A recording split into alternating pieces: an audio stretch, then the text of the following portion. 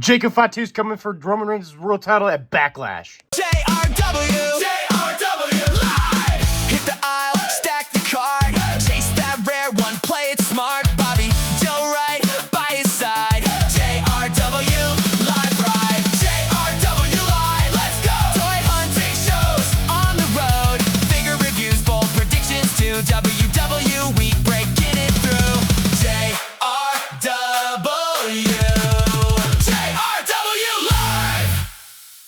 What's up, JRW? Today with the weekly set review of Monday Night Raw, the Raw after WrestleMania, and this show was insane. They kicked off the show with the Ruler, Oba Femi, coming out, and the crowd was chanting Oba for like 7 minutes straight.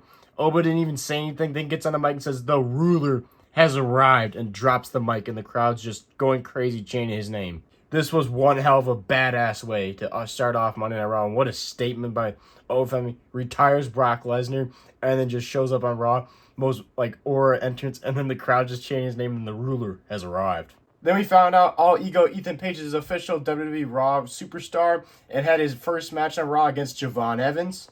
And this was a pretty decently length match. It was overall pretty good. Rusev ended up getting involved on ringside. Didn't touch Javon Evans, but distracted him. Ethan Page was able to hit his finisher move. 1, 2, 3. Ethan Page is get his first win on the main roster. So good for Ethan Page making it into the WWE main roster. I remember watching him for the first time in AEW years ago. And now here he is on Monday Night Raw. Really good for him. And then afterwards, Rusev destroys Javon Evans. Then comes down the Intercontinental Champion Penta, trying to save the day. And Penta gets taken out by Rusev as well with the help of Ethan Page. And then Ethan Page backs off and leaves Rusev, being a smart man, getting the hell out of there. So it looks like maybe we get a four-way backlash for the Intercontinental title. Ethan Page, Rusev, Penta, and Javon Evans. That would be awesome. Then Io Sky and Rhea Ripley had a tag match against the Kabushi Warriors, squashing this long-ass, boring storyline with Io Sky and the Kabushi Warriors. Io Sky and Rhea Ripley, the new women's WWE champion, picks up the victory. And then afterwards, Rhea Ripley said goodbye to Io Sky, finding this stupid friendship storyline that I have found so boring and cringy is over. Rhea Ripley's crying and everything. I'm like, oh my God, just get out of here. Go to SmackDown. It's so boring. Thank God this Io Sky and hopefully the Kabuki Warriors storyline is over because they just beat him.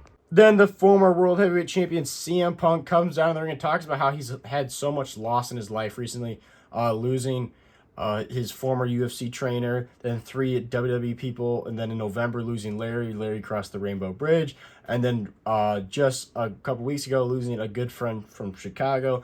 And he's like, being the World Heavyweight Champion, you fans have like helped me get through this, and now I've just lost the World Heavyweight Championship. And he's pretty much just down in the dumps, but he's like, that doesn't stop me from anything. I'm going to be here every week just because I lost the World Heavyweight Championship. I'm going to get back to it. I'm going to keep on dominating. And then Cody Rhodes' music hits. And oh my God, Cody Rhodes has one of the worst black eyes I think I've ever seen. But supposedly that I don't think he did. The rumor though was that he broke his orbital bone because when Randy Orton punt kicked him, he murdered him. And then also he got busted open hard way in that WrestleMania match. Cody looks absolutely brutal, really rough, comes down the ring. And Cody's like down in the dumps because even though he won, he got all beat up. And CM Punk, he's like, you're not even a loser. You won the WWE Championship, even though you had to beat a friend. That's tough and everything, but you're the WWE Champion. You shouldn't be upset. Punk finishes out the promo, starts to leave, and saying how maybe one day, you never know, he'll come for that WWE Championship for Cody Rhodes. And Cody Rhodes says, he goes, Punk, anytime, any place, just let me know. And this is totally teasing these two fighting. I'm assuming this match will be next year at WrestleMania 43. CM Punk and Cody Rhodes fighting for the undisputed WWE Championship. It just makes the most sense. Hopefully TKO doesn't mess up that WrestleMania main event. Then Sol Ruca was announced that she's officially on the WWE Raw main roster, and she had a match against Liv Morgan. This match was decently length, and it was a good match. Sol Ruca had a lot of offense and everything, making her look good. But at the end of the day, Liv Morgan picks up the victory. Judgment Day and all of them stand tall, celebrating. Obviously, Judgment Day got involved. And then Stephanie McCare's music hits. She comes down the ramp and goes face-to-face with Liv Morgan. Clearly, they're not done. This is going to continue over the summer, the storyline with Liv Morgan and Stephanie McCare, which I think they absolutely deserve to have another match because they were robbed at WrestleMania. Only having a 6-minute match is ridiculous. They deserve at least a 10, 15-minute match. Then they had an awesome retirement package video for the career of Brock Lesnar, showing them when he debuted in WWE, going to the NFL, going to the UFC, becoming the World Heavyweight Champion, and UFC, the UFC Heavyweight Champion of the world, returning to WWE and conquering, then returning as like Cowboy Brock Lesnar, and then retiring at WrestleMania 42 when he lost to Obafemi. And then it cut to Paul Heyman and the Vision into the ring. Well, they had their entrance, and then Paul Heyman had a very heartfelt speech about how he's so sick and tired that the producers and everything try acting like they're so good, but they couldn't get their goddamn jobs right by putting Brock Lesnar from the now into the forever, because he's forever gonna be the beast, Brock Lesnar. Paul Heyman did his awesome Brock Lesnar announcing.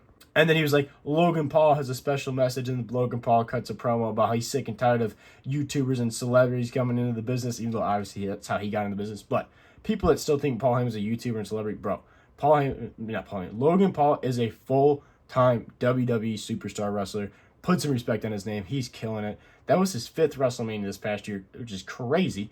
But Logan Paul cuts a promo, and then Braun Breaker comes in, then Paul Heyman introduced Braun Breaker like it's Brock Lesnar, comes out of the ring, and Braun Breaker talks about why it's a year now from last year when he became the leader of the division, because Seth Rollins was never fit to be the leader of the division. That's why he's been taking him out, and he'll do whatever he has to take out Seth Rollins and put him away for good. And then came from behind, Seth Rollins attacks Braun Breaker, hits in the back of the head and his back with a steel chair, which busted open Braun Breaker. It looked like somebody took a steak knife to the back of his head. It was so bad. He was pouring blood everywhere from the back of his head.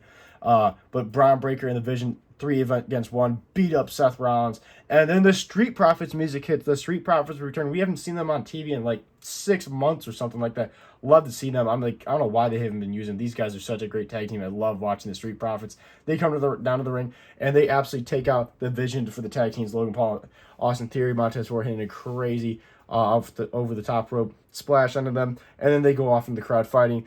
And Seth Rollins is trying to fight off Braun Breaker, but he still gets absolutely murdered, just speared by Braun Breaker, and Braun Breaker stands tall over Seth Rollins. So clearly, over the summer, we're going to get a feud with Braun Breaker and Seth Rollins, and Logan Paul and Austin Theory, I'm assuming, are going to feud with the Street Profits for the Tag Team Championships, which should be absolutely awesome.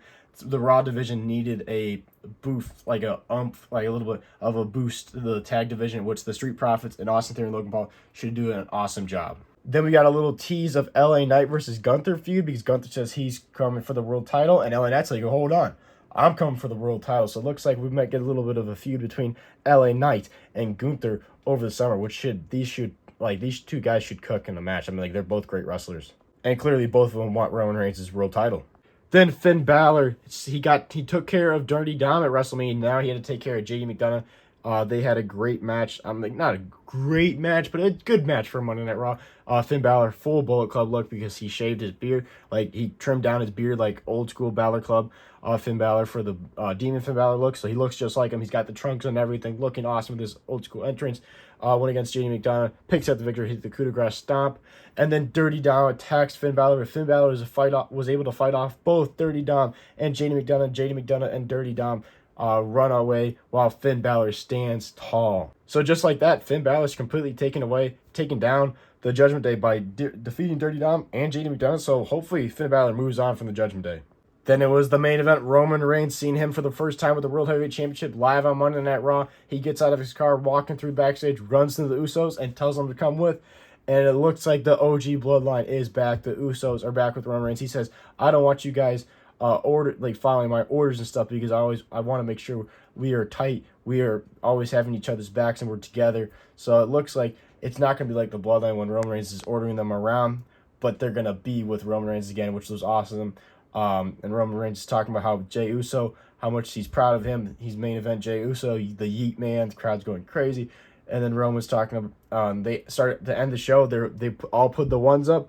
And then Jacob Fatu's music hits. I'm like, oh, yes, sign me up. Jacob Fatu coming after Roman Reigns for the world title. Hell yeah. Jacob Fatu comes out of the ring. And Roman's like, he goes, either you're down here to acknowledge me or you want this. And Jacob Fatu, he goes, I'll do anything to get my kids put through school. I want my kids to live luxury lives. I want what the tribal chief has, all these fancy things for my kids. I'll do anything for my kids. I'll even go through you, the tribal chief, for that World Heavyweight Championship. So at Backlash, it's going to be you and me for the World Heavyweight Championship. You know what I mean? And Roman's like, I'm going to give you the week to think about what you're asking for, and we'll see your answer next week on Monday Night Raw. So we're going to see Roman next week on Raw. He did say in the press conference for WrestleMania that we're going to see him every week over the summer, which would be awesome, and he's no longer a part-timer, I'll believe it when I see it. But so far, back-to-back weeks supposedly. And then the Roman Reigns walks away. He goes to see if you can actually beat me, little cousin. Damn. Jacob Fatu got little broed. But sign me up. This is hopefully going to cook Roman Reigns. Jacob Fatu for the world title. Hell yeah. So there you have it. That was the review of the Raw after WrestleMania, and this was a banger of a show. We got 2 new Raw superstars of Ethan Page and Sol Ruca, and then they announced next week Joe Hendry's going to have a concert, and he's the new Raw superstar as well. So Raw's getting all new stuff. We got a new world champion. Roman Reigns is on Raw. Jacob Fatu, all the new stuff. This Raw was awesome. I'm going to give it a 4 out of 5. I was very entertained. Actually, I'm going to give it a 4.5 out of 5. 2 years in a row of great Monday Night Raw after WrestleManias. I was very entertained by the show. It was great stuff. Thank you guys for watching. Make sure to like and subscribe and hit the notification bell because we post every single day on this YouTube channel here at JW Live, and we post awesome wrestling figure content. I'll see you guys in the next one.